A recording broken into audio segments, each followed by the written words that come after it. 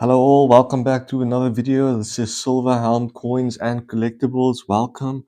Today I'll be doing a beginner's guide to silver coins, what you might find as you're collecting silver historical coins, and more or less the percentages of silver you are looking at. So let's jump into this one.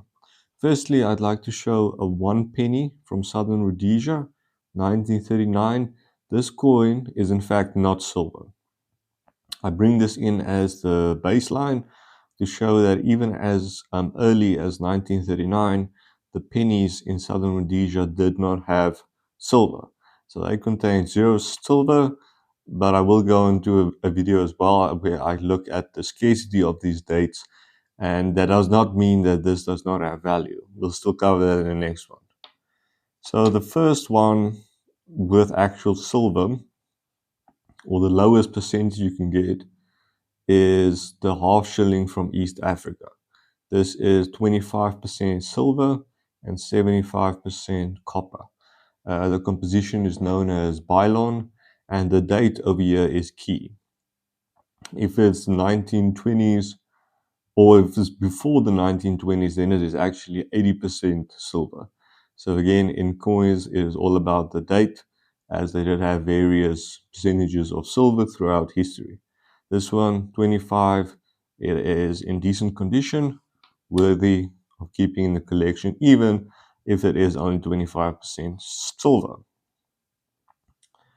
Next, we have something, Next, we have something again from the British Empire. This was in Great Britain, 1931. It is a sixpence. And the reason this coin is on the list is because it is in fact 50% silver. So if you look at a lot of their years as well, especially later, they tended to struck the coins in 50% silver. So from 25, you're already moving up to 50% silver. So that's something you can find. Now let's do something from America. This is known as a mercury dime. And until 1964, they minted their coinage, such as dimes and quarters and such, as 90% silver. So this coin is 0.9% silver. It's a small coin, but there's a lot of silver in it. In America, this is a popular form of collecting. Even if you go back to what's known as a Morgan dollar, they were also struck in silver. So in America, up till the 64, it was 90% silver. So as you can see, these ones I have already mentioned have collector value, but they have intrinsic silver value as well. The most, or I would say the highest composition of silver coins was known as the sterling silver coins. And this was again in the British Empire. And sterling silver means that it's 92.5% silver. That's the highest silver coin, well, I could say that was in circulation in my collection. It is the Rhodesian coins, the Great British coins, the Australian coins from a certain year as well were struck in 92.5% silver. So this one definitely from Rhodesia is sterling silver. And this 1 shilling, which is really old, it's from 1886, is 92.5% silver. And if you go look at the actual silver weight of this coin alone, it is approximately 5 grams of pure silver. So this coin is silver heavy and the composition is high. So those are some of the coins that you will find that were in circulation and they were struck in silver. You can look at something as low as 25, or you can go as high as 92.5% silver. So again, they have what's known as melt value, but they as well have collector premiums, but that's a topic for a different video.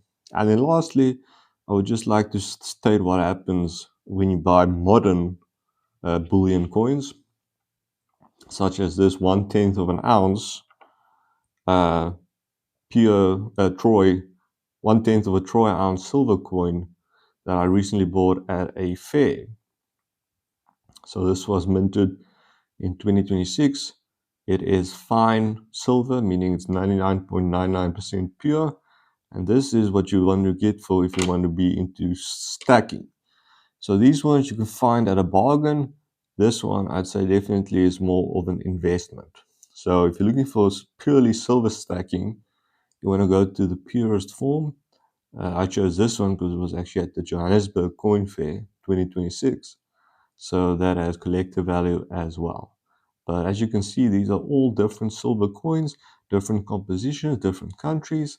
And I hope this intro explained a bit about that old coins might have silver in them, especially if you find them with the correct date, the correct country, and then these ones that were in circulation, they most likely would have silver in them.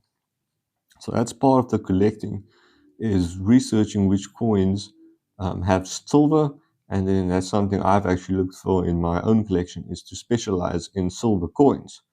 That's just something I decided on.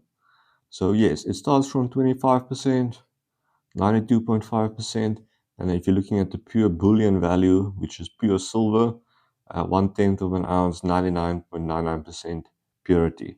These ones you can buy quite readily because they're not as expensive, but you can ride the current and hope that the value of silver, which I believe will increase in the future. So thank you guys for watching. This was a basic beginner on silver coins.